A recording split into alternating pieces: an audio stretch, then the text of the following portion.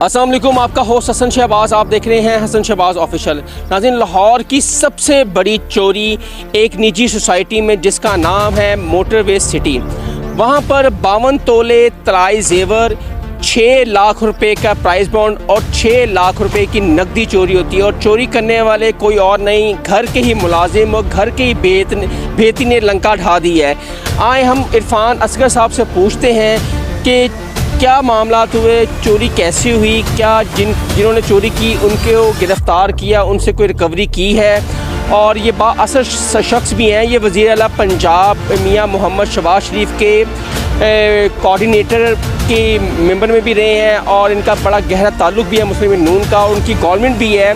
क्या वहाँ से कोई इंसाफ की तौक़्क़ु उनको मिली है, ये पूछते हैं इरफान साहब से। अस्सलाम वालेकुम। जी वालेकुम सलाम, तारुफ हुआ है आपने, मैं आपका शुक्रगुजार हूँ। Thank you so much sir. पहले तो अफसोस है आपके साथ कि आपके इतना बड़ा सानिया हो गया आपके साथ, और एक आपके घर में घर के बेती ने ही लंका ढा दी। घर की जो मुहाफिज थे उन्होंने ही घर को लूट लिया। जी जी, कुछ इसी तरह का है सिलसिला। बहरहाल वो जो हमारी पुरानी मुलाजमा थी वो जचगी के लिए चली गई गाँव अपने, तो पीछे से हमने नई मुलाजमा रखी। बस वो हमने ज़रा देखभाल करके नहीं रख सके जल्दी में, तो बहरहाल वो मुलाजमा जो थी वो शुरू ही चोरी की नीयत से आई। तो अभी 2-2.5 माह ही गुजरे थे, उसने एक माली जो है वो रुकवा दिया। तो उसी मुलाजमा ने जो नहीं आई थी? हाँ जी, बिल्कुल बिल्कुल उसी ने। तो वो मैंने उससे जब ये माली ने मुझे कहा भी कि मेरी मशीन जो है ना वो आप इसको ब्लेड वगैरह तेज़ करवा दें, तो मैं तेज़ करवाने चला गया, तो पीछे से उसने कोई प्राइस बॉन्ड थे मेरे, वो निकाल लिए। कितने के सर?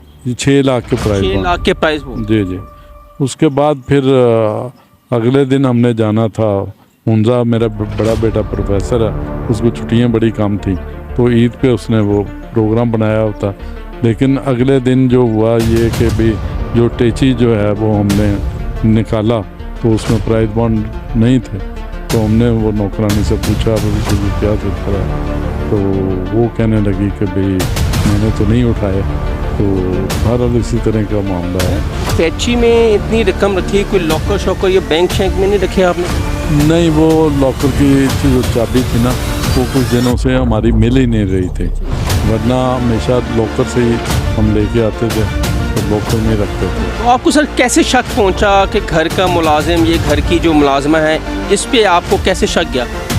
जी, ये इस तरह शक किया कि 15 फरवरी को हमने वो प्राइस बॉन्ड जो है वो देख रहे थे कुरानबाजी में, तो वो देखा तो बस फिर ये ऊपर से आई है मुलाजमा, तो इस वजह से मैंने मिसेज़ को भी कहा, मैंने कहा ऊपर से आ गई। उसने कहा इसको तो अनपढ़ सी है ये, इसको तो लगेगा कागज़ है। जब उसको हमने पूछा तो केड़े कागज़ क्या की चीज़ सी असी तो नहीं जानते, उसने इसी तरह जवाब दिया? हाँ, वही स्टेटमेंट। चालाक थी। हाँ जी, वो चालाक थी। वो उसने हमारे अल्फाज जो है वो उसके सामने ही वो टैची में पैसे रखे, वो प्राइस बॉन्ड रखे? प्राइस बॉन्ड उसके सामने रख दिए। मेरी मिसेज ने कैंसर के मरीज़ हैं, उनका भी यही हाल है। पुलिस ने क्या अभी तक तफ्तीश किया? पुलिस ने जो भी तफ्तीश की वो कहते हैं ना कि चोर कुत्ती आपस में लड़ गए, वो वाली तफ्तीश की है। और मैंने चूँकि मैं इंटेरोगेशन ऑफिसर था वज़ीर आला मायना टीम में, मैंने ही उनके सामने पकी पकाई खीर रख दी। मैंने दोनों का मोबाइल डेटा निकलवाया, ये दोनों मानते नहीं थे, दोनों की लंबी लंबी बातें निकली। जब ये टरू वाले दिन हमसे दोनों ही छुट्टी लेके गए हुए थे, तो फिर इनका ये जो है घर में आना साबित हो गया। तो फिर माली की रिजाइनिंग स्टेटमेंट भी है, तो माली ने सिर्फ मान लिया? हाँ, माली ने मान लिया, लेकिन जो पुलिस वाला है ना उसने 3 इसकी रिजाइनिंग स्टेटमेंट थी। वो कुछ रिजाइनिंग स्टेटमेंट तो मैंने वो कर ली काबू, तो एक रिजाइनिंग स्टेटमेंट वो दे ही नहीं रहा वो पुलिस वाला जो है, वो जाहिर है। फिर पुलिस वाले क्या कह रहे हैं? आप ये आपने कहा कोई ऐसी कोई इंटेरोगेट हुई और तफ्तीशी को उल्टी कर दिया उसने? जी जी, तफ्तीशी ने। क्या वो सर? हाँ, तफ्तीशी जो मुश्ताक है उसने सारा काम जो है वो बिगाड़ दिया। जब उसको पता लग गया भी कि इजीली ये नंबर हमने कॉल डेटा मिला लिया, तो एक और औरत भी थी जो इसकी सहेली थी मुलाजमा की, उसके घर ये माल रख देते हैं और फिर ये है कि भी तफ्तीशी वगैरह जो है वो वहाँ से माल जो है वो बरामद उठा लेते हैं। और मीनवाइल ये भी है कि भी मैं आरपीओ साहब से मिला चोरी के फ़ौरन बाद ही, तो आरपीओ साहब से मैंने इजाज़त दी है जियो फेंसिंग की, तो उनकी टीम का बंदा भी आता है, वो कहता है 2 दिन में हम आपको बता देंगे कि कौन चोर है। अब वो आरपीओ टीम का जियो फेंसिंग के लिए बंदा आया, उसकी भी वीडियो मेरे पास मौजूद है और माली की भी वीडियो मौजूद है कि वो कहता है जी कि मैं तो नौकरानी को जानता ही नहीं, वो तो रास्ते में मुझे मिल गई थी।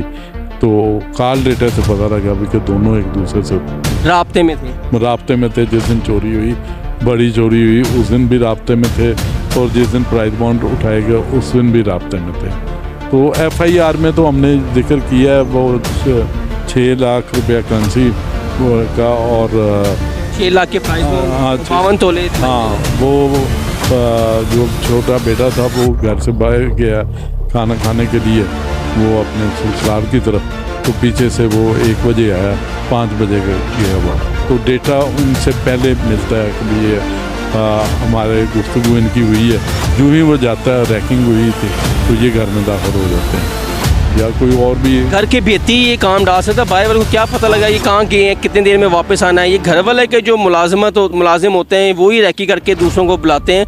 तो सर आपने इनकी इन्वेस्टिगेशन नहीं की रखने से पहले, पुलिस में कोई इतला नहीं दी, या पीछे जहाँ पे वो रह रहे हैं पीछे आपने बैकग्राउंड नहीं चेक किया, ये कौन लोग हैं, शरीफ हैं या ऐसे क्रिमिनल लोग हैं? नहीं, वो दरअसल वहाँ से कुछ डेली वेजेस पे ना उस गांव साथ है मेसन कालरा, वहाँ से आती हैं, कई घरों में लग जाती हैं। हम तो यही है कि शनाख्ती कार्ड वगैरह ले लेते हैं उनका, तो वही शनाख्ती कार्ड पे फिर जब ये वाक़या हुआ तो मैंने अपनी कज़न को भेजा गांव, तो उसने जो वीडियो भेजी है वो भी मैं आपको भेज देता हूँ। उसमें उन्होंने कहा है गाँव वालों ने कि ये तो पक्की पीड़ा चोर है। तो उनको पता है, पुलिस को नहीं पता। पुलिस ने आपको कहा कि जी रिकवरी हो गई है। पुलिस तो मान ही नहीं रही कि रिकवरी हुई है। वो तो एक गाड़ी आई, वो गाड़ी में आदमी सवार थे, एक मोटरसाइकिल आई, उन्होंने कहा जी आप माली को छोड़ दें। माली ने तो आपकी सारी रिकवरी करवा दी है। मैंने कहा यार किसको, हमारे पास तो कुछ भी नहीं आया। तो वो कहने लगे जी कि वो गांव पहुंचे हैं, जो तीसरी औरत थी सीमा, वो चौधरियों के घर काम करती है, वो सियासी लोगों के, तो वो जाहिर है कि भाई वो उनके घर, वो अपने घर में उसने रखा हुआ, तो वहाँ से वो सिमा को उठा लिया उन्होंने, तो वो सिमा भी गायब है। फिर जमाते इस्लामी के लोग मुझे मिलते हैं, वो भी चूँकि मेरा हल्का बाप ज़रा अच्छे लोगों के साथ है, तो उन्होंने भी कहा कि भाई हम नलका लगाने गए हैं, तो हमें वहाँ से आपकी चोरी का पता लगा और ये भी पता लगा कि पुलिस वालों ने रिकवरी कर ली है और सीमा नामी खातून को वो ले गए थे। और मैंने कहा यार ये तो फिर बड़ी आसान सी, वो मैंने ही उनको सारा कॉल डेटा वगैरह फराहम किया और जियो फेंसिंग वाला भी जो है वो भी साथ तफ्तीशी के ऊपर, जब मैंने एफआईआर दी तो तफ्तीशी का नंबर लिखा होता है, उसने फिर तफ्तीशी को ही देना था डेटा वगैरह। अब तफ्तीशी कह रहा मुझे डेटा नहीं मिला, वो कह रहा मैंने आईटी वालों को दिया था, आईटी वाले भी नहीं मान रहे, तो फिर ये आखिर कैसे पिन पॉइंट पे जाके जो है ये सारे आपको फुटबॉल की तरह घुमा रहे हैं और सब गोलमाल है, इसका ये कहना है मतलब कि सारे ही इन्वॉल्व हैं इस चीज़ में कि। और नाज़रीन ये देखा एक बाअसर शख्स हैं जिनका ताल्लुक़ शरीफ ख़ानदान के साथ है, जिनकी गवर्नमेंट है, जिनकी वज़ीर आला मरियम नवाज़ साहिबा हैं, उनके चचा मियाँ मोहम्मद शहबाज शरीफ जो वज़ीर आला पंजाब जिनको ख़ादमे आला कहते थे, उनके साथ काम कर चुके हैं, उनकी टीम का ये हिस्सा थे। ये बाअसर शख्स को जो इंसाफ नहीं मिल रहा, तो आप ज़रा 1 मिनट के लम्हा सोचें कि आम शख्स का क्या हाल होता होगा कि एक वज़ीर आला पंजाब की कमेटी का हिस्सा हो के उसको इंसाफ नहीं मिल रहा, उसको फुटबॉल की तरह घुमाया जा रहा है, लेकिन आम शख्स को आप सोचें उसका क्या हाल होगा। ये है पाकिस्तान का गंदा निज़ाम, जहाँ पर एक मुतासरीन है उसको मुजरिम की तरह पेश किया जाता है, जो मुजरिम होता है वो मुतासरीन की तरह पेश होता है। ये पाकिस्तान का निज़ाम है। और जब भी मुल्क तबाह होते हैं वो हमेशा अदल और इंसाफ जहाँ पे ना हो वो मुल्क तबाह और बर्बाद हो जाते हैं। और इसी तरह इस मुल्क में होता जा रहा है, जहाँ पे ना तो इंसाफ है, ना तो किसी को इंसाफ मिलने की तवक्का दूर दूर तक नहीं है। अल्लाह ताला इरफान असगर साहब को जो भी इनके साथ इतना बड़ा आसानिया हुआ है, इनकी जो भी चीज़ें गई हैं वो इनको रिकवर करें। अगर हमारी आला हुकाम बातचीत सुन रहा है, ये वीडियो देख रहा है, तो उनसे रिक्वेस्ट है कि इनकी चीज़ें जो नाम ले रहे हैं, जिन मुलाजमीन को गिरफ़्तार कर उनको इंटेरोगेट करें और उनसे चीज़ें बरामद करें। हसन शहबाज को नेक्स्ट व्लॉग के लिए इजाज़त दें। अगर आप मेरे चैनल पे नए हैं तो मेरे चैनल को लाइक, सब्सक्राइब और शेयर ज़रूर कीजिएगा और कमेंट्स बॉक्स में मुझे ज़रूर बताइएगा कि आपको वीडियो कैसी लगी। अल्लाह हाफ़िज़।